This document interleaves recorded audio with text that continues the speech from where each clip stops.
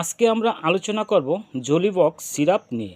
আজকের ভিডিওতে থাকবে জোলিবক্স সিরাপ কি, কোন কোন রোগে ব্যবহার করা হয়, এর পার্শ্ব প্রতিক্রিয়া কী এবং ব্যবহারের সময় কোন কোন বিষয়গুলো জানা দরকার তা সম্পর্কে।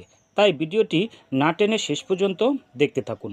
জোলিবক্সের মূল উপাদান হলো লিনেজোলাইট। এটি একটি শক্তিশালী অ্যান্টিবায়োটিক।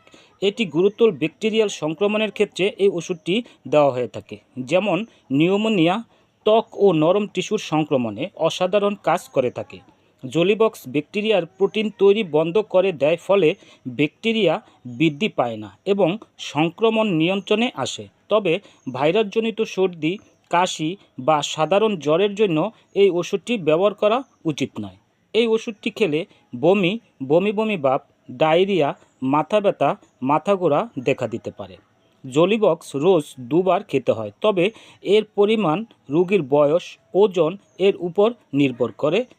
মনে রাখবেন, যাদের ডায়াবেটিস, উচ্চ রক্তচাপ, রক্তশূন্যতা, মেন্টাল ডিসঅর্ডার, তারা চিকিৎসকের পরামর্শ ছাড়া খাবেন না।